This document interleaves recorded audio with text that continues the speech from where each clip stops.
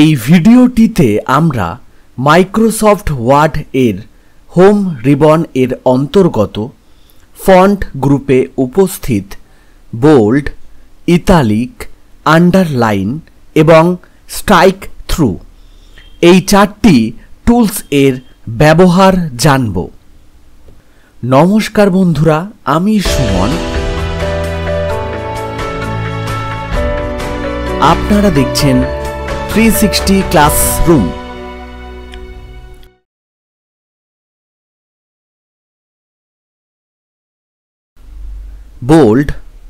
bold face or bold font creates the appearance of dark text by applying a thicker stroke weight to the letters. bold একটি font style. Bold face বা bold font ও বলতে পারি। Bold স্টাইলটি ব্যবহার করে text বা অক্ষরগুলিতে একটি অতিরিক্ত মোটা স্ট্রোক বা অতিরিক্ত কালো পাঠ্যের চেহারা তৈরি করে, অর্থাৎ টেক্সটটি একটু মোটা ও ডিপ কালো দেখতে হয়ে যায় অন্য টেক্সটগুলির তুলনায়। ফলে বোল্ড করা টেক্সটটি সহজেই দৃষ্টি আকর্ষণ করে এবং চোখে পড়ে। এটি বিশেষ কোনো উক্তি বা শব্দকে বোঝানোর ক্ষেত্রে ব্যবহার করা হয়। প্রথমে যে টেক্সট বা অক্ষরগুলিকে বোল্ড করতে চাইছি সেই টেক্সট বা অক্ষরগুলিকে সিলেক্ট করে নিতে হবে। এরপর হোম রিবন থেকে ফন্ট গ্রুপে যেতে হবে। হোম রিবন বা মেনুতে আসার জন্য প্রথমে হোম মেনু বা হোম অপশানটির ওপরে মাউস এর লেফট ক্লিক করতে হবে। এবার ফন্ট গ্রুপে লক্ষ্য করুন বোল্ড ফন্ট স্টাইল টুলসটি রয়েছে। এবার এই টুলসটির ওপরে মাউসের লেফট ক্লিক করুন। লক্ষ্য করুন সিলেক্ট করা টেক্সটটির ওপরে বোল্ড ফন্ট স্টাইলটি অ্যাপ্লাই হয়ে গিয়েছে। এই কাজটি কিবোর্ড শর্টকাট এর সাহায্যে দ্রুত করার জন্য প্রথমে টেক্সটটিকে সিলেক্ট করে নিতে হবে যে টেক্সটটির ওপরে আপনি বোল্ড ফন্ট স্টাইলটি অ্যাপ্লাই করতে চাইছেন। এরপর কিবোর্ড থেকে কন্ট্রোল এবং বি এই দুটি কিকে একসাথে অ্যাট এ টাইম প্রেস করতে হবে। লক্ষ্য করুন সিলেক্ট করা টেক্সটটির ওপরে বোল্ড ফন্ট স্টাইলটি অ্যাপ্লাই হয়ে গিয়েছে। মনে রাখবেন বোল্ড এর shortcut key Ctrl+B। Italic font or italics is a style of typeface in which the text appears slanted. Italics বা ইতালিক ফন্ট টাইপফেসের একটি শৈলী বা স্টাইল, যেখানে টেক্সট বা পাঠ্যটি তির্যকভাবে প্রদর্শিত হয়, অর্থাৎ লেখা বা টেক্সটটি কিছুটা তির্যকভাবে হেলে যায়। এটি একটি ফন্ট স্টাইল যা ফন্ট বা টেক্সটকে দেখতে সুন্দর ও আকর্ষণীয় করে। প্রথমে যে টেক্সট বা অক্ষরগুলিকে ইতালিক স্টাইল করতে চাইছি সেই টেক্সট বা অক্ষরগুলিকে সিলেক্ট করে নিতে হবে। এরপর হোম রিবন থেকে ফন্ট গ্রুপে যেতে হবে। হোম রিবন বা মেনুতে আসার জন্য প্রথমে হোম মেনু বা হোম অপশানটির ওপরে মাউসের লেফট ক্লিক করতে হবে। এবার ফন্ট গ্রুপে লক্ষ্য করুন ইতালিক ফন্ট স্টাইল টুলসটি রয়েছে। এবার এই টুলসটির ওপরে মাউসের লেফট ক্লিক করুন। লক্ষ্য করুন সিলেক্ট করা টেক্সটটির ওপরে ইতালিক ফন্ট স্টাইলটি অ্যাপ্লাই হয়ে গিয়েছে। এই কাজটি কিবোর্ড শর্টকাট এর সাহায্যে দ্রুত করার জন্য প্রথমে টেক্সটটিকে সিলেক্ট করে নিতে হবে। যে টেক্সটটির ওপরে আপনি ইতালিক ফন্ট স্টাইলটি অ্যাপ্লাই করতে চাইছেন। এবার কিবোর্ড থেকে কন্ট্রোল এবং আই এই দুটি কিকে একসাথে অ্যাট এ টাইম প্রেস করতে হবে। লক্ষ্য করুন সিলেক্ট করা টেক্সটটির ওপরে ইতালিক ফন্ট স্টাইলটি অ্যাপ্লাই হয়ে গিয়েছে। মনে রাখবেন, ইতালিক ফন্ট স্টাইল এর শর্টকাট কি Ctrl+I।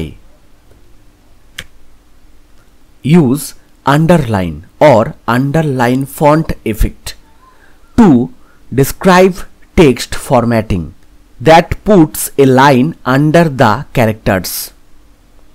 আন্ডারলাইন একটি ফন্ট স্টাইল। আন্ডারলাইন বা আন্ডারলাইন ফন্ট এফেক্টটি টেক্সট বা অক্ষরগুলির নিচে একটি লাইন বা দাগ আনতে ব্যবহার করা হয়। ফলে টেক্সটটি সহজেই দৃষ্টি আকর্ষণ করে এবং চোখে পড়ে। এটি বিশেষ কোনো উক্তি বা শব্দকে বোঝানোর ক্ষেত্রে ব্যবহার করা হয়। প্রথমে যে টেক্সট বা অক্ষরগুলিকে আন্ডারলাইন করতে চাইছি সেই টেক্সট বা অক্ষরগুলিকে সিলেক্ট করে নিতে হবে। এরপর হোম রিবন থেকে ফন্ট গ্রুপে যেতে হবে। হোম রিবন বা মেনুতে আসার জন্য প্রথমে হোম মেনু বা হোম অপশানটির ওপরে মাউসের লেফট ক্লিক করতে হবে। এবার ফন্ট গ্রুপে লক্ষ্য করুন আন্ডারলাইন ফন্ট এফেক্ট টুলসটি রয়েছে। এবার এই টুলসটির ওপরে মাউসের লেফট ক্লিক করুন।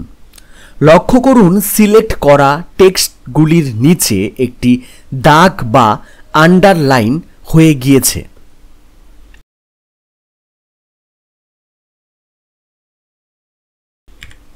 এই কাজটি কিবোর্ড শর্টকাট এর সাহায্যে দ্রুত করার জন্য প্রথমে টেক্সটটিকে সিলেক্ট করে নিতে হবে। যে টেক্সটটির ওপরে আপনি আন্ডারলাইন ফন্ট স্টাইলটি অ্যাপ্লাই করতে চাইছেন। এবার কিবোর্ড থেকে কন্ট্রোল এবং ইউ এই দুটি কিকে একসাথে অ্যাট এ টাইম প্রেস করতে হবে। লক্ষ্য করুন সিলেক্ট করা টেক্সটটির নিচে আন্ডারলাইন ফন্ট স্টাইলটি অ্যাপ্লাই হয়ে গিয়েছে। মনে রাখবেন আন্ডারলাইন ফন্ট স্টাইল এর shortcut key Ctrl+U।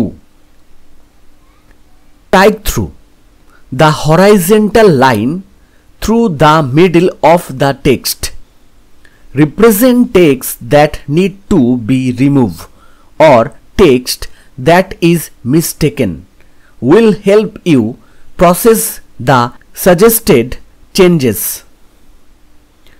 Strike through MS ওয়ার্ডের হোম রিবন এর ফন্ট গ্রুপে উপস্থিত একটি টুলস। এই টুলসটি ব্যবহার করে টেক্সট বা পাঠ্যের মাঝখান দিয়ে অনুভূমিকভাবে একটি দাগ বা রেখা প্রদর্শিত হয়। ঠিক অনেকটা একটি দাগ দিয়ে কোনো একটি সেন্টেন্স বা বাক্য কিংবা শব্দকে কেটে দেওয়ার মতো। ছাত্রছাত্রীরা স্ট্রাইক থ্রু কোথায়, কখন, কেন ব্যবহার করতে হবে তা নিয়ে খুবই কনফিউজ থাকে, কারণ এর ব্যবহার খুবই সামান্য, যা সচরাচর লক্ষ্য করা যায় না। যেমন ধরুন, যখন লোয়ার কোর্ট এর কোনো রায় এর এগেনস্টে আপার কোর্ট নতুন কোনো রায় ঘোষণা করে, তখন লোয়ার কোর্ট এর রায় একেবারে না মুছে তা একটি দাগ দিয়ে কেটে নতুন রায় লেখা হয়। এক্ষেত্রে বুঝতে সুবিধা হয় আগে কি রায় ছিল এবং বর্তমানে তা পরিবর্তন হয়ে কি হয়েছে, অথবা আগে কোনো একটি নিয়ম ছিল তা পরিবর্তন হয়ে নতুন নিয়ম হয়েছে, সেক্ষেত্রেও আমরা এটি ব্যবহার করতে পারি। প্রথমে যে টেক্সট বা অক্ষরগুলির ওপরে স্ট্রাইক থ্রু ব্যবহার করতে চাইছেন সেই টেক্সট বা অক্ষরগুলিকে সিলেক্ট করে নিতে হবে। এরপর হোম রিবন থেকে ফন্ট গ্রুপে যেতে হবে।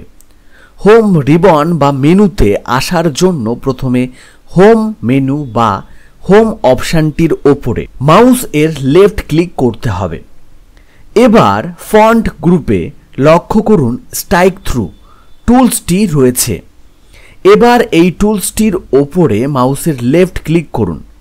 লক্ষ্য করুন যথারীতি সিলেক্ট করা টেক্সটগুলির ওপরে স্ট্রাইক থ্রু অ্যাপ্লাই হয়ে গিয়েছে বা টেক্সটগুলিকে একটি অনুভূমিক দাগ দিয়ে কেটে দেওয়া হয়েছে।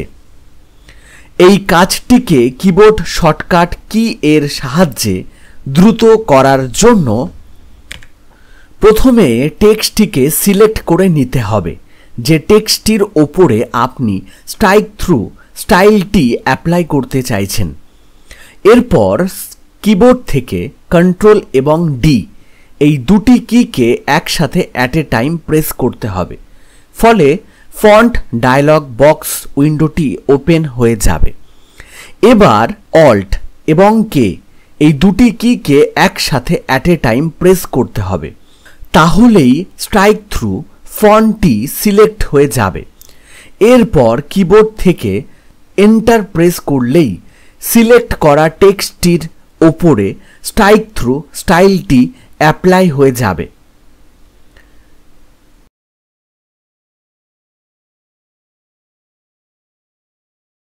ভিডিওটি সম্পূর্ণ দেখার জন্য অসংখ্য ধন্যবাদ। ভিডিওটি কেমন লাগলো কমেন্টে জানাতে ভুলবেন না প্লিজ।